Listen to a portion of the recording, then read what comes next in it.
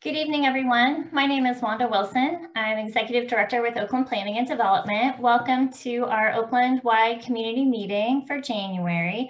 I'm glad to see everyone with us tonight. We're going to start with a few mechanics of the meeting for anybody who's not familiar. We have two presentations tonight and some announcements. And good evening, everyone. My name is Wanda Wilson. Let me turn my phone down. And sorry about that. So as just came up on my phone, we're streaming live on Facebook. So people who are seeing us on Facebook can write a comment and we'll see that in the chat. If you have a question and you're on Zoom, you can also use the chat feature to ask your question. And if there are attendees who are on the phone, after each presentation, we'll offer an opportunity for people who are on the phone to unmute yourself and ask a question to be part of the conversation. And otherwise, we ask that people use the chat feature so that we can, and I'll be verbalizing all the questions that I see in the chat as people have questions for the presenters tonight. So we have a few updates to go over, and then we'll go into our two presentations. We can go to the next slide. OPDC serves the community with several variety of programs to help homeowners. And one of them is for homeowners, senior homeowners who meet our low income qualifications. You can get funds to make home improvements for aging in place, home repairs that you might need. And that's part of the Oakland Community Land Trust. So we do still have funds available in that program. So if you're interested, please do let us know. You can go to the link that's on the screen there to find more information on the website, or you can call our main number and or put something in the chat and we'll be in touch with you to tell you more about it. We have a job position that is posted right now for a community land trust program manager. So if you're interested or you know somebody who might be interested in working with OPDC on that, please take a look at that. And we're offering a free program that's a job readiness training program that'll be all virtual, and that's available. It's going to be starting soon. So if you know somebody who is looking for work or wants to improve their skill set, then you can check out the Bridges to Career Opportunities. Next slide. A couple of things that are coming up on the horizon. Carlow University will be back to present their institutional master plan at our February meeting. And we have several volunteers available to help people who might need assistance with shoveling snow. So if you're interested and you need somebody to help you with that, please get in touch with us. Let us know. There's a link there on our website. Again, you could put information in the chat tonight. You know, if you know a neighbor who could use the help, just give us a call or email one of us at OPDC. You can always email questions at opdc.org, and we'll be able to direct your email to the appropriate staff person in our office. We have some information here about food distribution, and there's several resources available for people in the neighborhood, and they're listed here. And I won't read them all out, but they're also listed on our website if you would like to reference that for information. Again, you can also call us if you have questions or if you need assistance or just have questions about the food resources that are available in the neighborhood.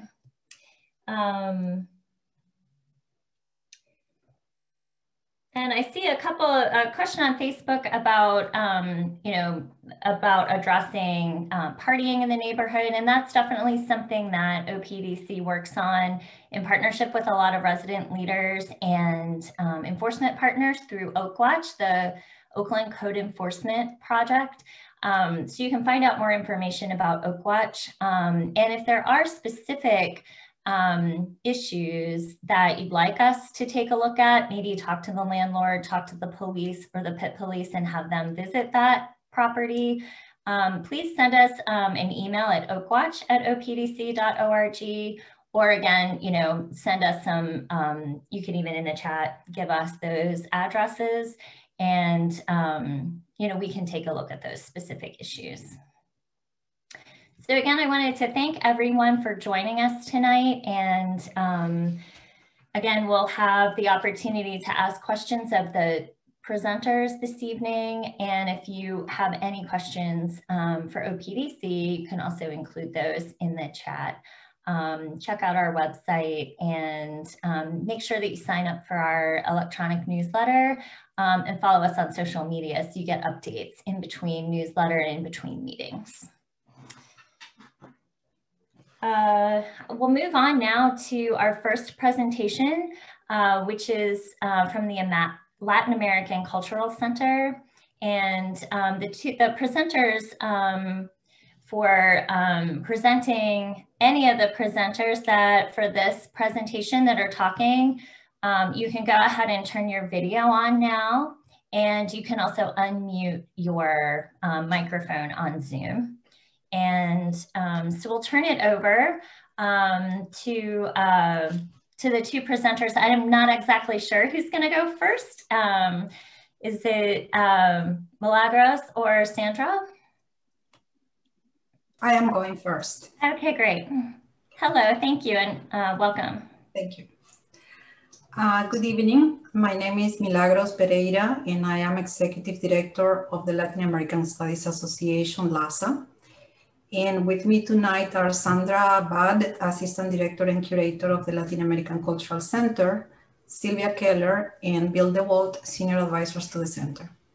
Our goal for this presentation tonight is to share with you information about LASA and the Latin American Cultural Center currently under development. Next slide, please. Okay. LASA is a professional association of nearly 14,000 students and scholars in 96 different countries and has been housed at the University of Pittsburgh since 1986. LASA organizes a congress every year for 5,000 to 7,000 participants in different parts of the world, in addition to publishing a peer-reviewed journal and managing its own editorial house. Next slide. LASA has been growing significantly for the past 15 years, which created the need for additional space for staff and operations. We purchased the Bigelow property in 2019 after a national search for the new headquarters of the association. Next slide. The property was designed by Ingham and Boyd, now IKM, and built in 1912. In 1990, it became a small conference center under private ownership, and the renovations done to the building at that point earned the Historic Preservation Award by the City of Pittsburgh Historic Review Commission. Next slide. Our plans for the building are to establish the new International Center for LASA operations and to implement the Latin American Cultural Center and Museum, taking advantage of and respecting the historic nature of the building. We're also considering the possibility of renting some of the space to the public to partially sustain the center. Now, for the next slide, Sandra is going to tell you more about the work that has been done so far and our plans for the future. Thank you for being here tonight.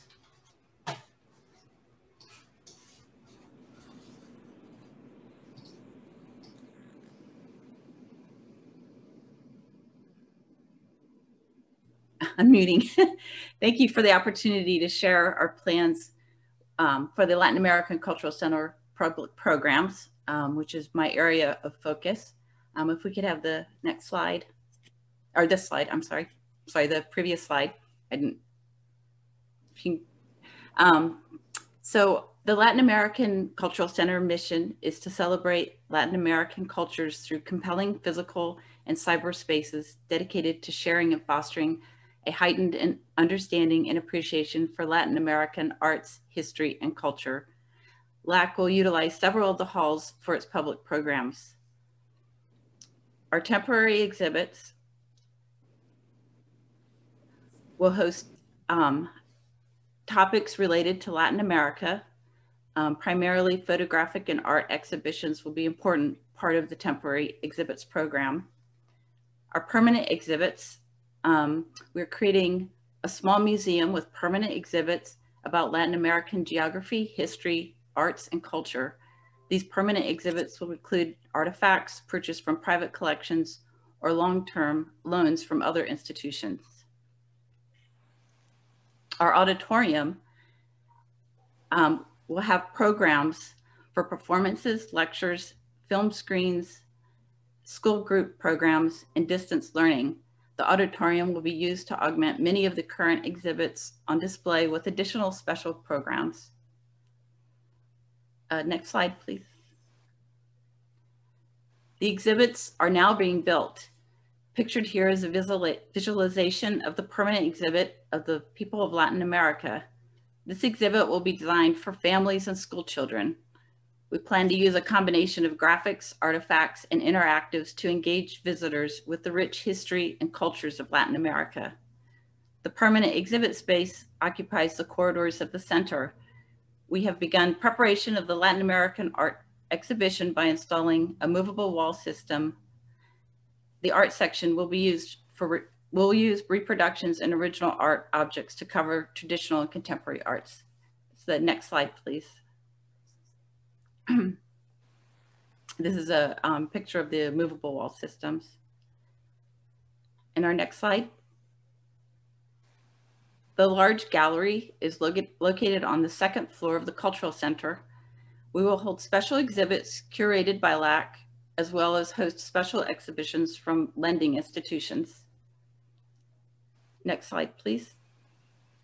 The auditorium seats 125 people. The stage is equipped with an audio-video system that will be used for special programs and events.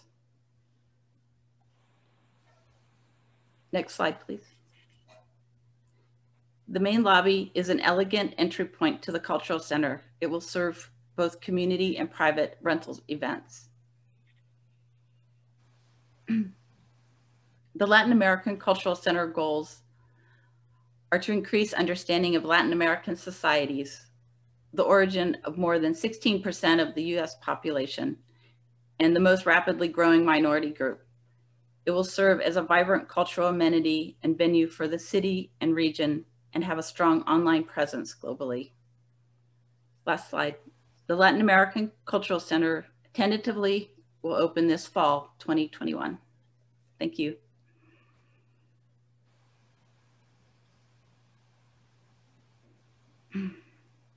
Thank you, Sandra. I think that is all we have for our presentation. And perhaps if we could answer any questions you may have.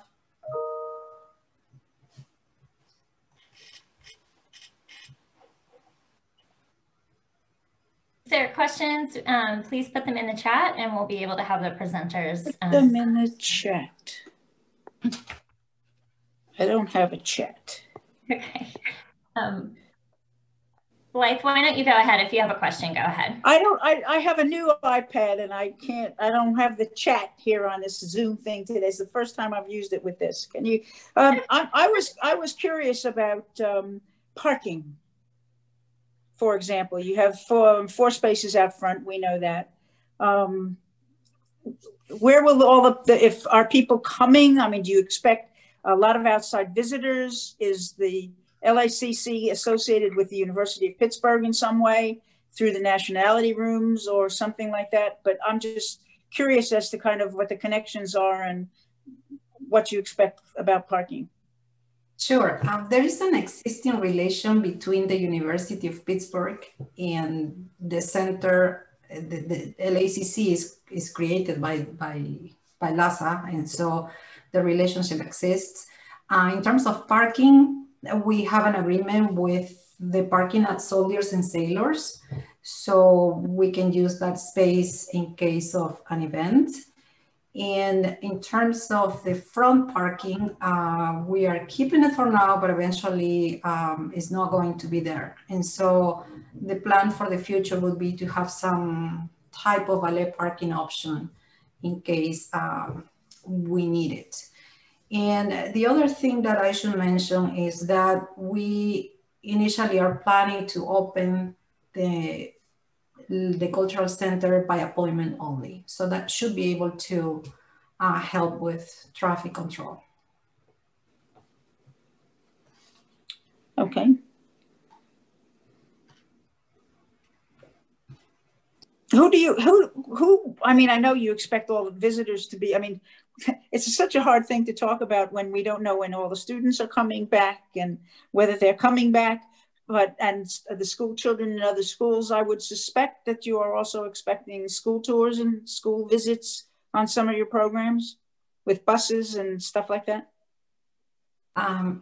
Yes, and I think Bill and Sylvia, perhaps one of you can answer that question. Bill? Yeah, I'm personally looking forward to this. I live right around the corner on Lytton, and I'm sure there are other people that from the neighborhood that are also interested in it. But are you gonna do anything to the outside of the building? This is Bill DeWalt. I'm one of the consultants. Can everybody hear me? Yes. Hello? Yes.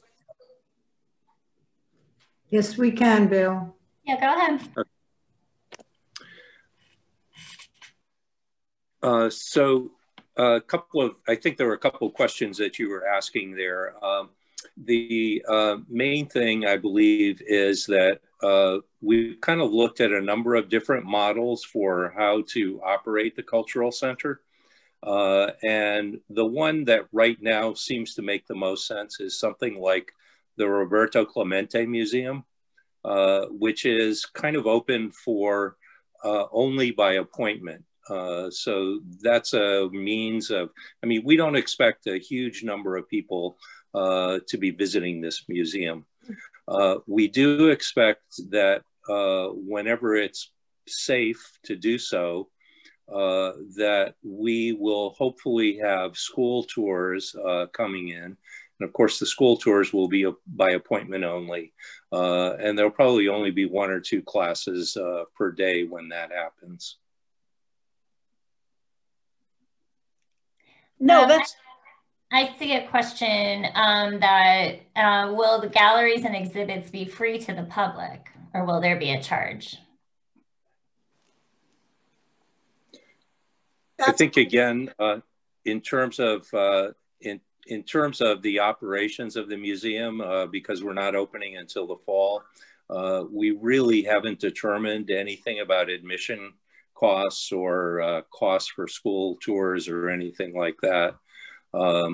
You know, because of the pandemic, of course, we haven't been able to do the kind of fundraising that we would like to do to enable the museum and the cultural center to operate long term. But we expect as soon as foundations, individuals can turn their attention to cultural amenities like this, that we'll be able to raise some funds, and hopefully we'll be able to raise enough funding so that you know, there won't be an admission charge, or will only be a very small admission charge.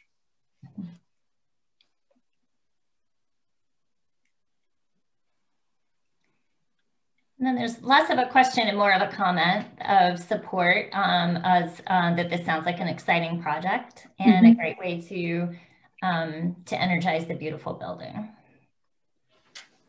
Yeah, I agree. I mean, it's long overdue. I can remember when I first came to Pitt as a graduate student, and the thing that was, I come from New York City, from Brooklyn, and I couldn't believe that it was like 5 or 6 years before I even heard people talking in Spanish in stores or in the malls or things. And now, I mean, it's just wonderful. I just think it's great, and it's long overdue. And I don't know what, I'm out of touch with what they have with at Pitt with the nationality rooms, but I'm sure there's some of them that fall under your Latin American rubric there. This is exciting. Yeah, actually, there is not a Latin America. There is not a any of the nationality rooms. None of them deal with Latin America. So hopefully, this will be a nice adjunct to the nationality rooms. Yeah, sounds like a plan. And I have another comment from Kathy Gallagher that you know, it's again in support for for having this presence in the neighborhood, and actually in support of removing that parking from the front of the building. So I do think that that would be something that, from a urban design and streetscape point of view, would be something where there's support for that. So. Sure. Again, I think that that's something that long-term we would like to do. And it is a fairly expensive proposition. So that's going to require some fundraising on our part to be able to implement that. And as a result of that, would you have like maybe a drop-off area for, persons with special needs or, disabilities or something like that? Maybe, I don't know, might be something to consider. I can speak to that. There definitely will be a drop-off place for those with special needs, and we're very sensitive to the fact that some people will have those needs. We have a ramp that goes into the lower level, that lower door that you see in the photograph, and then there's an elevator from there that takes you up to the first floor, where the main exhibits will be. We have plans in the future for the large gallery that was shown in the presentation. And at that time, we will address, and again, as Bill said, with some fundraising to help support us, we will address, there are 3 stairs getting into that gallery, and we will do all we can to make that easy for people with special needs to enter. I see one other question. Are you going to have any exterior signage?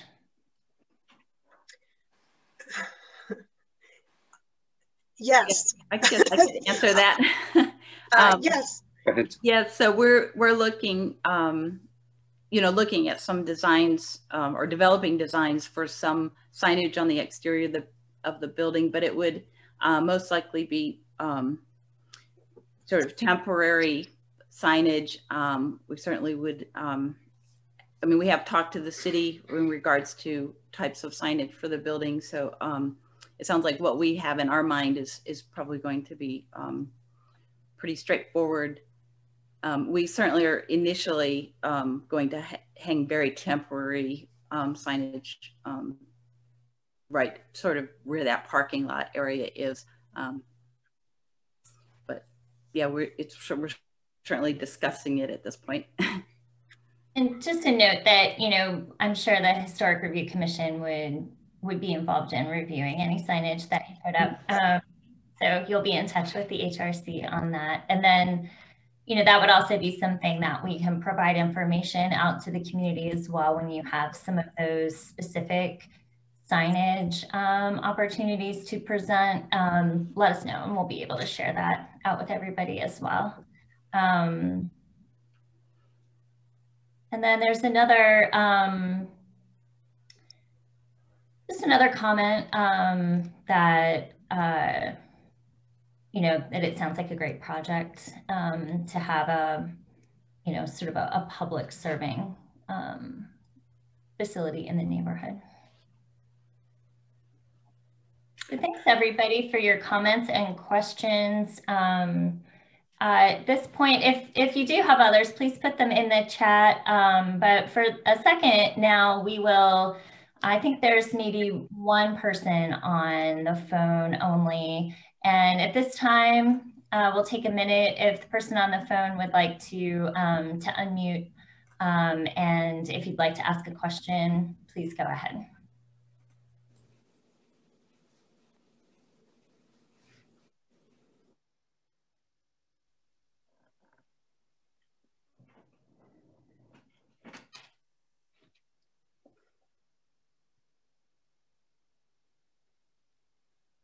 Okay, hearing none. And then there was a little bit more discussion about the front yard parking in the chat that that at one point in time there was an sort of an ivy covered front lawn in the front instead of the parking. So I think folks will be interested in your plans as they develop for the front of the building and for signage. So I think we'll move on. If you have more specific information, you know, we do have a project page on our website for your project. So as you move forward and you have additional information to share, let us know and we'll put it on the website, and then we can share that there's changes there. We can put that in our e-newsletter and on social media to let people know about that. So definitely keep updating as you go. Thank you. Great. Now our next presentation is from the Breathe project. So we have Christine Graziano with us tonight to talk about air quality in the neighborhood.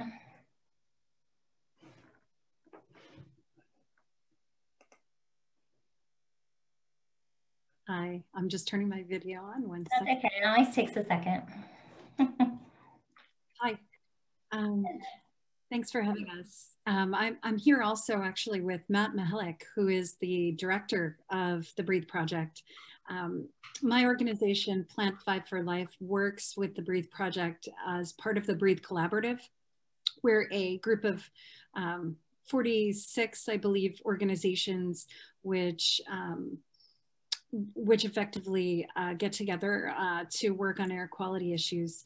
The Breathe Project is something Matt will speak about. So I'm just going to give a really brief introduction, tell you a little bit about Matt. He brings over 20 years of work in sustainability to the table, and used to work closely with at Sustainable Pittsburgh. He is an adjunct at CMU and has a background in environmental engineering as well. I'm just going to pass the baton here to Matt. He has about 15 minutes worth of speaking and slides, which he'd like to share. And then I'll share a little bit more about the work that I'm personally doing with the Breathe Project right now.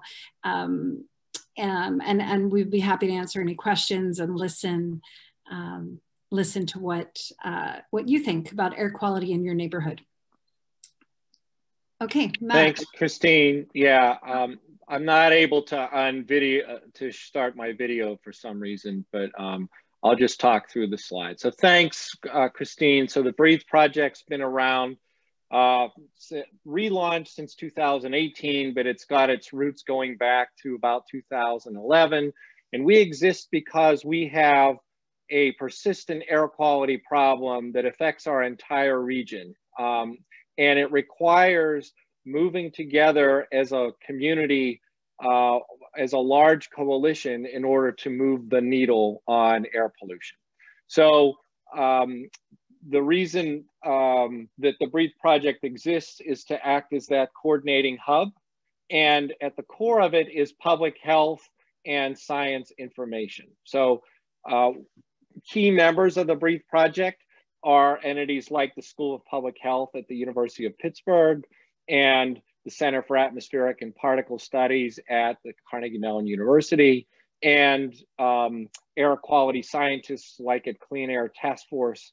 But we also connect the data with community groups because the experience of air quality issues affects our entire region, and especially in the Mon Valley. And we want to make sure that voices from the community are foregrounded. And The other connecting piece includes environmental advocacy groups that have large membership and can bring to bear these issues with legal support when there are state agencies or county agencies that need to make a difference. So the bottom line here, as you see, we still have a serious air quality problem, and we have challenges with not only legacy air pollution issues, but new threats to our airshed. So I'll talk about that somewhat, and Christine's presentation talks about some of these new threats to our airshed. So if you could go to the next slide, please. So many people, because you don't see smoke regularly in Pittsburgh, you know, air quality issues have largely been forgotten until we sort of ramped up messaging on it. And we bring tools so that people can relate their direct experience to see where pollution comes from and why it's still a problem. So if you click on that first link, which is the Claret and Coke Works, December 24th, 2018, that'll open up a video. So we have cameras pointed at the major polluting sources in Allegheny County. And this is footage from Christmas Eve of 2018 of the Claret and Coke Works. If you can push play on that. And what you'll see is an explosion that happened that night. It's about 4 o'clock in the morning, and this is footage that spans about 30 minutes. And it shows an explosion in a fire that's essentially destroying a building that's the size of a football field, releasing huge amounts of pollution. And it knocked off the Claret and Coke Works pollution control system for 100 days in early 2019. And the chief pollution from this facility are the byproducts of baking coal. And it has strong sulfur smell. So anytime, I know people all throughout the whole city smell rotten egg smells that happen. And that's from sulfur and from hydrogen sulfide or sulfur dioxide that the wind will carry directly into the city. And it presents some health issues for the region. And we're not going to show all the other videos, but we see regular eruptions happening at some of the major pollution sources. If you could go to the next slide, please. So our county has received straight Fs from the American Lung Association for over a decade. And last year, 2020 was no exception. It says state of the art 2019, but that's because it's 2019 data. But the 2020 report, it was released in 2020, and it's still straight Fs. F for particles on an annual basis, F for particles on a daily basis, and F for ozone emissions throughout the year. If you can go to the next slide, please.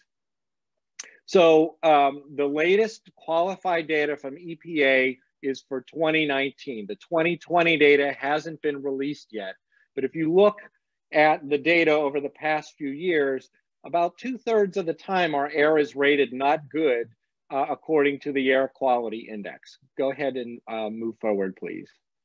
And these next set of slides show how our region really is in an extreme position when looked at for the entire country. So each dot on here is a monitoring location throughout the United States. There's about 775 of these that have been around since the year 2000. And this is starting in the year 2000. And you can see a large portion of the country was not compliant with the annual particle standards, PM 2.5 standards. And if you start, move forward one slide, please. So the next slide takes us through the year 2006, and you can see some parts of the country coming into compliance. If you march forward another slide, you can see even more monitors moving from the red to the orange to the yellow. This is showing that the Clean Air Act works, that the requirement of states to bring their regions into compliance with air pollution standards is something that can be accomplished, and it doesn't result in job loss. In fact, there are trillions of dollars in health benefits that have occurred as a result of this. If you move forward to the next slide, you can see we're around the year 2012. And then if you go again, You can see now where we are at 2016, and then the next slide gets us to the 2019. You can see the Pittsburgh area is one red dot in a sea of blue, and we're the only red dot outside of California. One region where our air is still not in compliance. Go ahead with the next slide, please. And this zooms in on Allegheny County, and this shows the percentile ranking of air quality at several monitoring sites in our county. And you can see that in McKeesport, really it's called the Liberty Monitor, has air that's worse than about 97% of the entire country. The next monitors there, the Parkway Monitor in Wilkinsburg and the North Braddock Monitor, has air that's worse than about 94% of the county. And then, you know, downtown, it's at the 20th percentile. That's at the Lawrenceville Monitor. So Oakland, somewhere in between there, your air somewhere is between the 6th and the 20th percentile on an annual basis. And that's not good. That has some serious challenges health-wise for our region. Please move forward one slide. Yeah, so well, this one is just basically says that the monitors are, even though they are better in some parts of the county, they're still in the worst half of monitors nationally. So our best monitor is in the worst 40% of monitors nationally. 3 were in the worst 10%, another 2 were in the worst 20%, and 2 more were in the worst 30%. So it's a problem countywide, but it's particularly acute in the Mon Valley. Please move forward one. And this just shows a chart, a 2019 thing flipped to another line, but it shows you the proportion of days that are green, yellow, orange, or red from an air pollution perspective. And you can see it's not really changing very much. And that's been our trend for the past few years. And that's not good. Go ahead to the next slide, please. And, you know, the primary problem are particles, 2.5 microns in diameter. This shows under an electron microscope what they look like. About 30 of these will fit across the width of a human hair. And they're small enough to defeat your body's defense systems. It can go into your lungs and pass directly into your bloodstream. And these particles have attached to them various chemicals that were part of the combustion process, as well as carbon. And they can settle into your body and accumulate in tissue. And it's a prime reason why our region has higher levels of cancer than other parts of the country. If you could go to the next slide, please. This is on our site. It's called the Breathe Meter. You can compare Pittsburgh's air to any other city. And it shows that on average, our air on a yearly basis is about the 11th percentile. New York City's air is at the 50th percentile, 51st percentile. And what that tells you is that, you know, nobody thinks that New York's air is, you know, great smelling or wonderful. It shows you how far we need to go in terms of our region's air quality. Please move to the next slide. Okay, this slide, the main takeaway for this is, anytime you reduce particle pollution, there are health benefits. Even though we have standards that say 12 micrograms per cubic meter of particles per year on average is the standard, that is not a health protective standard. That there are still many people that will develop respiratory disease, cardiovascular disease, even at that level. And so anytime you can reduce pollution, it actually results in saving lives and reduction of disease. And in fact, last summer, the Trump administration disbanded a panel of experts that were trying to update the standard in August of last year. And most scientists had presented clear evidence that that standard should be reduced to 8 micrograms. So that is, you know, reducing it by 50%. From what it currently is. And so, you know, but that whole thing was disbanded. They're going to revisit that under this new administration. So it means our region has a long way to go. Please go to the next slide. This just tells us that most of our pollution comes from industrial source pollution, particularly in the metals industry. So we have in the Mon Valley some large existing plants that still burn a lot of coal and release a lot of pollution. They're very old in many cases. Some of the batteries at the Clairton Coke Works were built in the Truman administration, and they're still operating, and they leak and they cause all sorts of problems. This is different than a lot of other cities. Places like Los Angeles that have air quality issues, mobile sources are their biggest source of problems. So, you know, we've got to address this at the source level, and that is the large industrial source pollution issues that we have. If you could go to the next slide, please. This is a chart that is showing cancer risk in Allegheny County, and this is a rating of if you have how many cases per 100,000 people. And you can see the highest concentration of cancer risk in our county is in the Mon Valley in close proximity to the plants in the Mon Valley. And you also see the blue area that corresponds with the Neville Island area. But the entire county is at an elevated level above the national average. And on average, our county comes in the top 10% of counties nationally for cancer risk from air pollution and air toxics. If you could go to the next slide. And so the next thing I would like to show is the June 18th link. So if you can click on that. So in 2020, we did see a drop in air pollution because people stopped driving. If you could scroll down one thing and click on that click on that. Yes, thanks.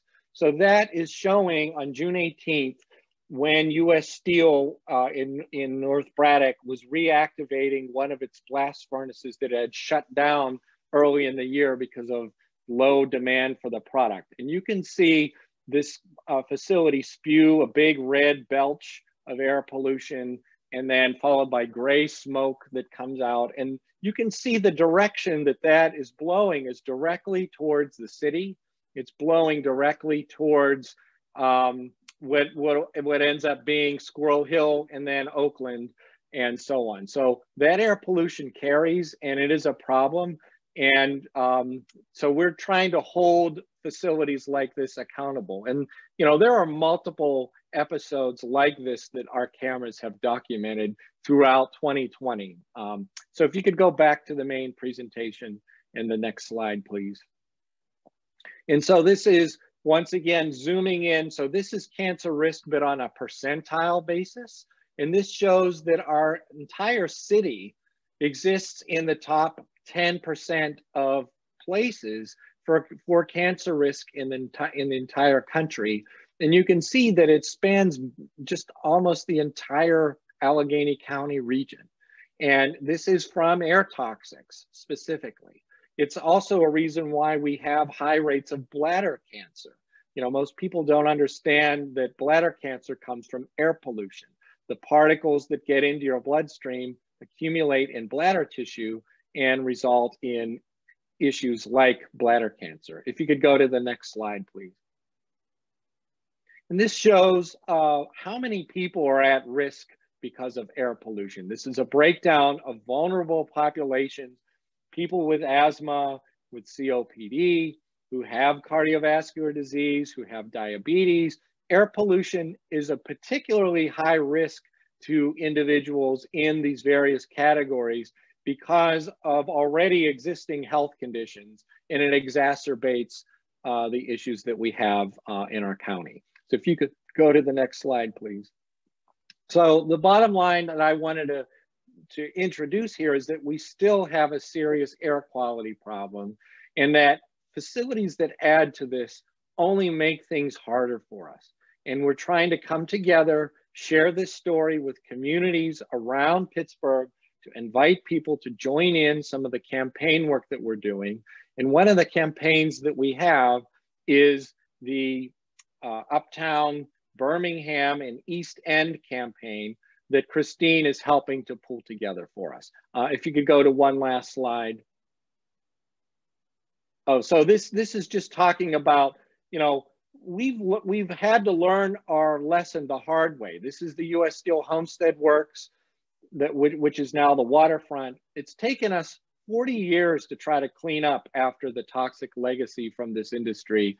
And there are threats to this where people are trying to promote more industries like this in the community, even though the community end up having to pay the price to clean up after it in the future. If you go to the next slide. There are alternatives that exist. There are more than twice as many clean energy jobs as there are fossil fuel related jobs across Pennsylvania. This is a report from E2 that has large numbers of clean energy jobs, a high growth area. Allegheny County has a large number of these jobs. If you go to the next slide, please. This just shows that New York State has invested heavily in this, and it's something that we would like to see. They've given a $1.5 billion tax credit to try to generate 40,000 clean energy jobs. Pennsylvania has done the wrong thing where we've given $1.6 billion to Shell to build an ethane cracker in Beaver County and to generate at maximum about 500 to 600 jobs. So it's a bad investment that our state has chosen. Go ahead to the next slide, please. So anyhow, thanks again for inviting us to come and talk.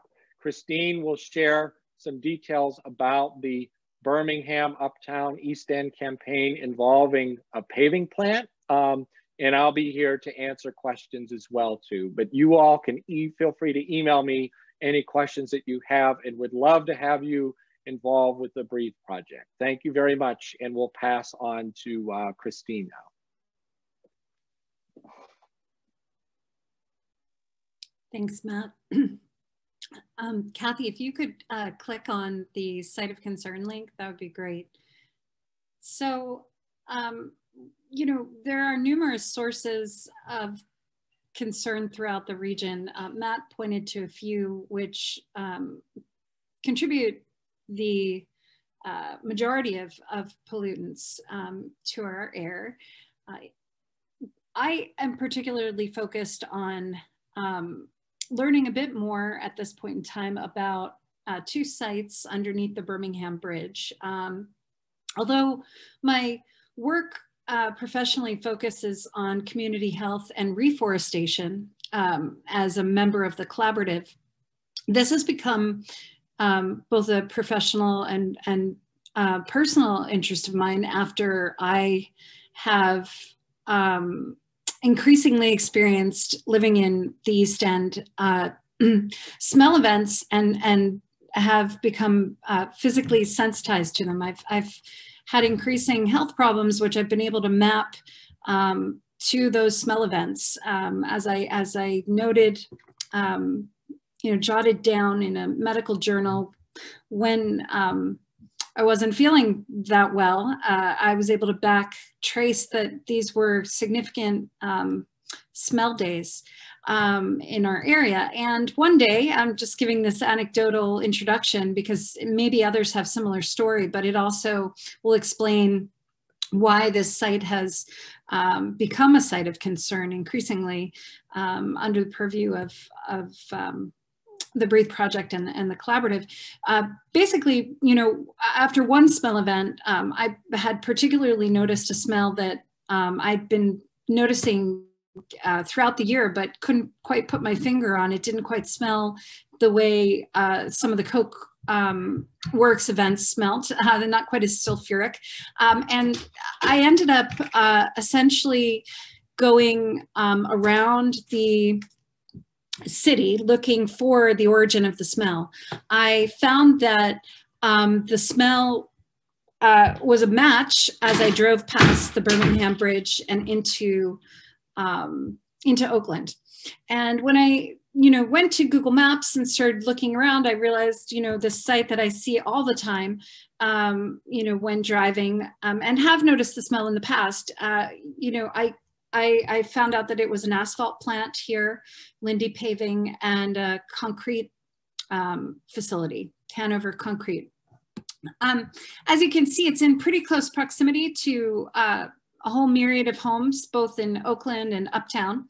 And if you explore this site on Google Maps, you'll be able to see a whole host of residential and commercial buildings. And of course, it's in proximity to many universities and the student populations in Oakland. You know, I asked the question, how concerning is this? What do asphalt plants emit? So if you can go back, Kathy, to the previous slide where that link came from. Well,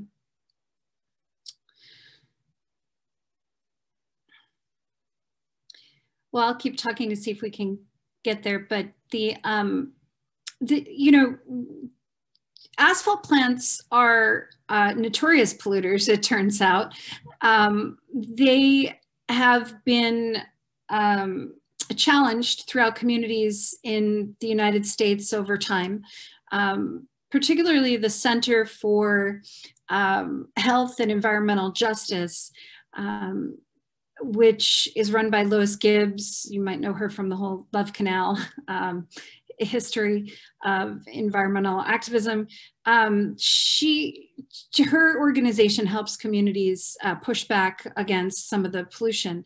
And they've done some good work compiling a fact pack that points to things communities might want to pay attention to when looking at their local asphalt plant to determine if monitoring is sufficient and so forth. So Lindney Paving, you know, we started to look more closely. It turned out many collaborative members had smelled this facility in the past. But, you know, often people don't report it using the smell app because they're in transit. There's no voice activated aspect to the smell app. So, you know, those who had complained to the health department were told that they had to be able to prove fugitive emissions were crossing the boundary. So in one particular case, the woman who shared that she complained repeatedly in Shadyside, a Shadyside resident gave up.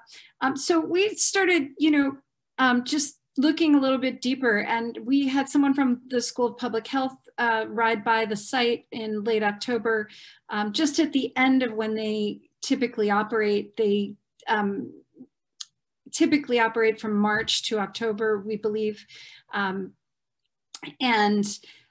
found that, you know, there was a very large dust cloud. This picture isn't that easy to see all the components, but there were many trucks, diesel trucks idling on site, waiting for the pour. And out of the emissions stack, which is number 3 here on the picture, there was a clear pollutant stream where there should have been probably just steam. There was some sort of emission here that was dirty that you could see. So these 3 things in combination, you know, really piqued our interest.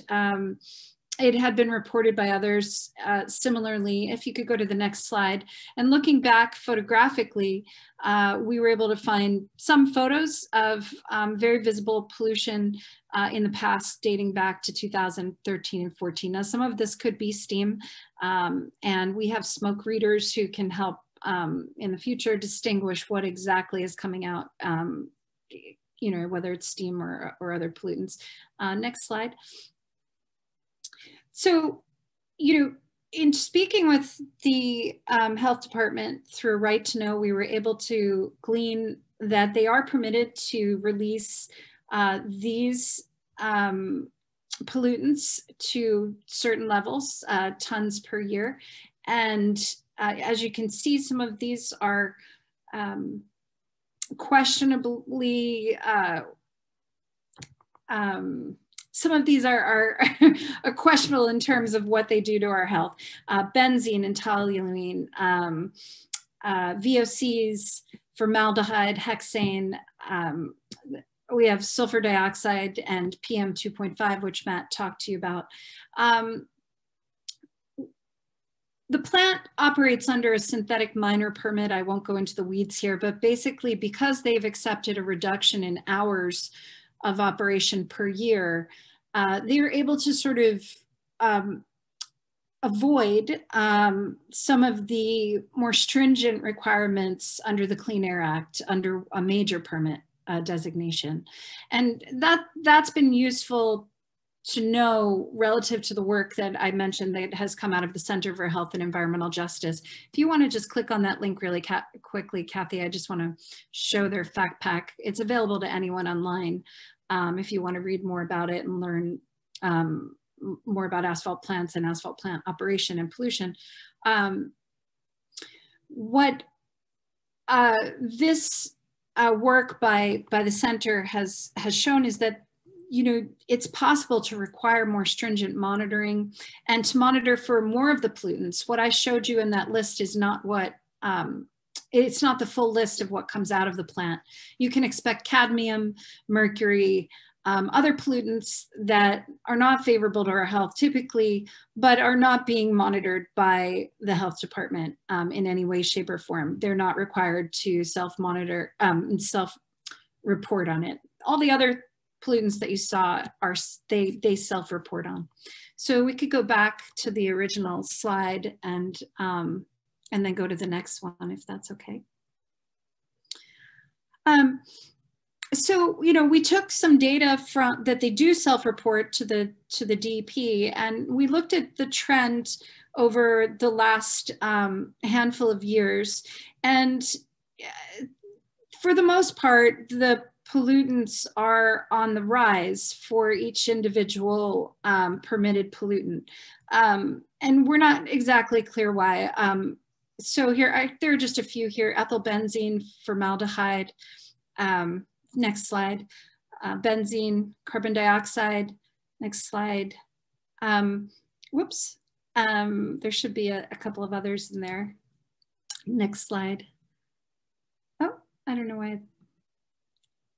Well, I wanted to show you additionally one on methane and hexane, which should be in there. We know now that they're operating under an expired permit, which they're allowed to do until a renewed permit application is approved by the health department. That gives us a really unique window as a series of communities to find out more about what's coming out of the plant as well as out of the concrete plant. Kathy, if you go to the next slide, do you get the remainder of our slides here, or is there a glitch? I'm just curious.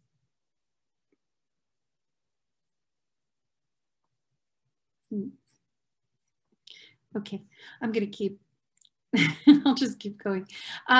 So basically, in the renewed permit application, they are asking for, at this time, an increase in production to 1 million tons per year, as well as exemption from formaldehyde monitoring. They claim in the application that there will be no increased emissions from the increased production, but don't seem to give clear evidence, at least at this stage, from what we can tell, relative to how they will make that happen. If they're taking other measures in the production process that would prevent increased emissions with the increase in production. They're also asking for an altered schedule between April and November. At this time, there's no publicly available schedule for when they operate, so it's very difficult to even know when they might be emitting, and that would be very useful to sort of safeguard public health in the surrounding communities like Oakland. So, you know, we have also looked at the monitoring network that's out there. Matt may have touched on this a little bit, but there are quite a few monitors out there by the Center for Atmospheric, from the CMU Atmospheric Pollution and Science Department at CMU, as well as through the CREATE Lab at CMU. These monitors, if the slide had come up, I would have shown you a few websites, and I can put those in the chat. They consist of VOC monitors, purple air monitors, which are PM 2.5 monitors. They're relatively low cost monitors, which can be used in citizen science. And when we looked at that monitoring network, we determined that there are some gaps to fill still that would be useful for measuring pollutant loads from both the Coke Works, but particularly from the site under the Birmingham Bridge. And so we are in the process of recruiting hosts. Some folks have volunteered through the Oakland population, thanks to Elizabeth Gray reaching out and talking with people about this. And some additional monitors are going up very close to the Birmingham Bridge site and in that triangle of land between Bates and, you know, sort of where the point at Lawn and Ophelia meet. We hope to gain additional information that can be useful in determining both a baseline now when they're not operating and when the plant turns on again on a regular basis. You know, we're often asked, sort of, as we've begun to talk to people in the East End about this, what can we do? Well, before they come up for renewal, certainly we want to know as much as we can so that when the public comment period opens, everyone has a chance to weigh in on what they'd like to see. If it's more stringent monitoring, clarifications, a moratorium on the permit until, you know, we can see a better outcome. We're also encouraging everyone, you know, to use the Smell PGH app. If you don't know about it already, we can put that in the chat box. That's an app that was developed by CMU, and some of the slides that Matt shared out had some of the results from Smell PGH, but basically you can report whenever you smell something. We'd like to develop a language that describes the smell from the Lindy plant particularly, so we might be able to identify that in the database. So if there are words that come to mind that describe that asphalt smell that you may have or may not have picked up from Lindy operations or from that site, please share them with us. It'll help us to encourage people to use those words consistently and regularly, and that will help to build a body of knowledge that's more specific to that site. It's quite difficult to separate out these pollution sources from one another, and we're working with Create Lab to do that, and this will help. Also photographic observation and documentation. We do have some stewards of the riverfront there who will be riding and will be able to share out what they find. So if you're out and about and you notice any clouds of dust or any other pollution plumes, take pictures. You're on a publicly owned strip of land, and so there's no liability there for you pointing your camera at the facilities and sharing it out. Feel free to send it to us and we'll help compile it, or, you know, spark a project with your organization to tell the stories of your community members and neighbors. You know, there are all sorts of ways to capture a story through art, through voice recordings, what have you. It could be a really nice way to connect neighbors to one another, particularly in this digital time. So, you know, we encourage everyone to just kind of look at ways that work for your community if this smell is a problem there, and to also communicate out where it might be most intense. We've learned that Bates Street tends to collect odor more than other areas in Oakland, the Boulevard of the Allies. And that makes sense because those are topographic valleys in a way. And so, yeah, and looking for project opportunities to integrate air quality monitors and data collection, as well as improvements.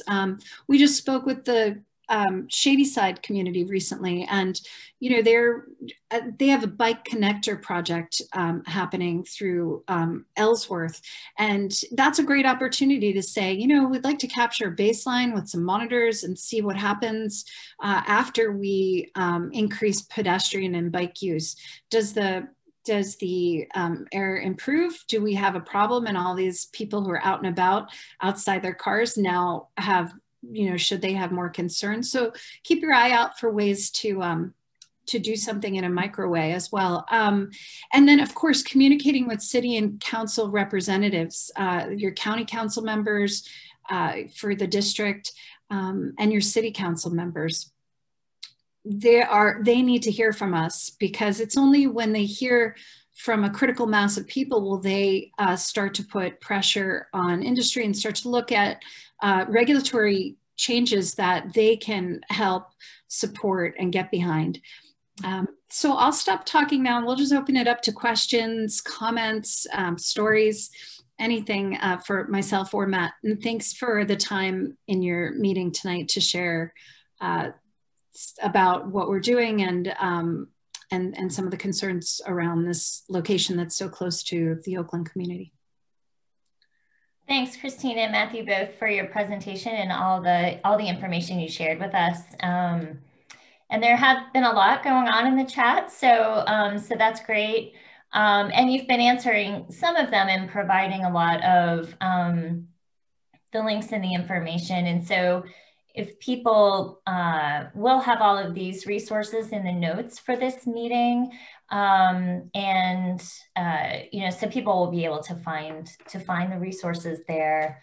A couple of the questions in the chat that I think Matthew answered, but if you wanted to, I'll just let people know what some of the questions were. Is there a higher risk of related to COVID-19, due to air quality concerns? Matthew provided some answers to that, but if you wanted to say yes, there were. And then there was a question about air dispersion modeling. Is air dispersion modeling of the asphalt plant emissions being conducted? So maybe you wanted to, to address those two, and then we could go on to organizing others. So yeah.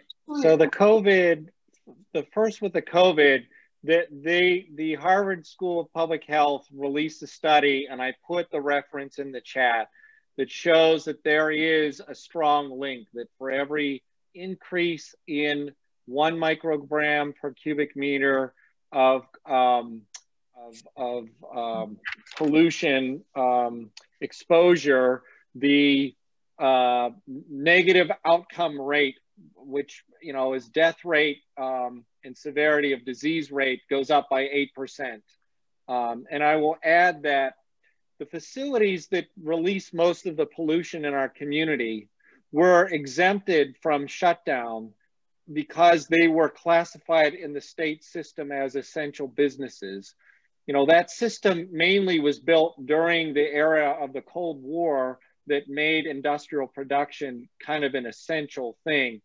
And so these facilities really haven't done much to try to stop the emissions of particles. And it's been really unfair for people who live in proximity to them, that our whole community, where so many restaurants, so many small business owners have had to shut down, these folks have done nothing to try to do their part to help protect people.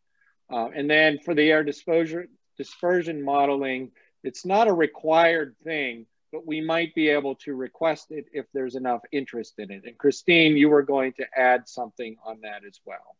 Yes, I just actually put it in the chat just in the interest of time, but I'm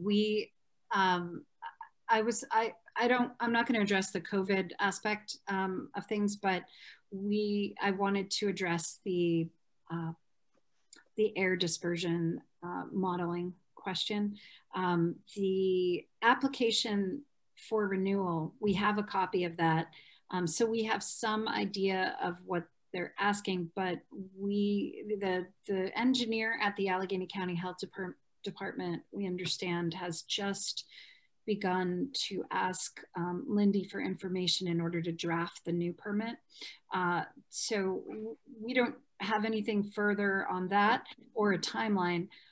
We are also waiting for information at this time on essentially the reports that they're required to submit to the Allegheny County Health Department during the tenure of the last permit. So they were permitted for 5 years, and as part of that, they have all sorts of requirements that would tell us a lot if we could see those reports and know if there were violations and fines and why. We do see some in the data that there were some failed stack tests. They seem to have been remedied. So we'd like to learn a little bit more about that and those dates, and then back correlate them or back check them against smell reports and other air quality monitoring data. So if you would like a copy of the application for renewal, I think we could very likely share that out. Matt, correct me if I'm wrong. But yeah, as we continue to learn more, we'll be happy to come back and share more. Or if you'd like to stay in touch, we're happy to do that. But there isn't, it looks like I should say also from the last permit that air modeling, dispersion modeling essentially was not done. That was not a requirement of their synthetic minor permit. I did request it as part of the right to know to see if it had been done for the last permit in the last 5 years, but so far I don't have a response, so I can't answer that more fully other than that. There's been a lot of activity in the chat, as I mentioned. So again, we'll have that in the notes for the meeting, which will be posted on the project page on our website. There was a question about types of cancer early on in your presentation. That was probably one of the first chat items. And then, you know, there were generally just, I think, a lot of resources that you're providing, which are really helpful in answering sort of just the general sort of what do we do kind of. And in your presentation, you mentioned a lot of things that I think people can follow up on and get involved. So I think that's really helpful amount of resources. You know, probably would make sense to you just stay in touch, have you back, you know, and see where we are with things as we progress. Thanks, that would be great. Yeah, that's very generous of you. We really appreciate it and appreciate the time. As far as the cancer question, we have elevated rates of lung cancer, liver cancer, and bladder cancer that are much higher than the rest of the country.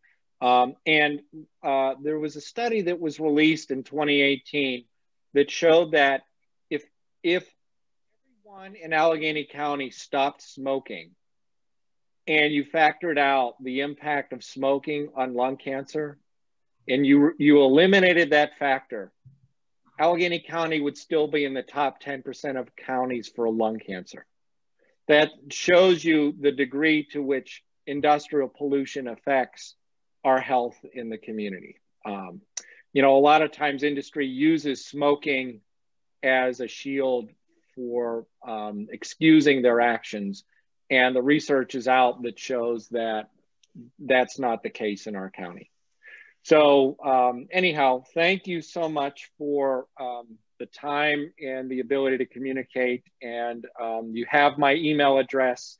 I would entertain connection and opportunity to have discussions. And Christine and I look forward to working and partnering with you. So thank you so much.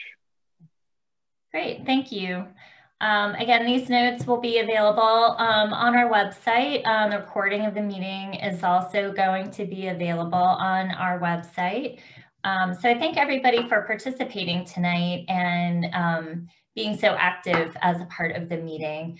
And here are a couple of things on the screen of the next Oakwatch meeting and the next Oakland-Wide community meeting, February 17th for Oakwatch and February 23rd for the next Oakland-Wide. And please follow us on social media. That's where a lot of the more immediate things that are, as we find out things, we definitely shout on social media. So, and if you're not on our electronic newsletter list, you can join to be on that and receive newsletters and blast email notices that we e-blast out information. So thank you very much, and we'll conclude the meeting for tonight. Thanks everybody for attending.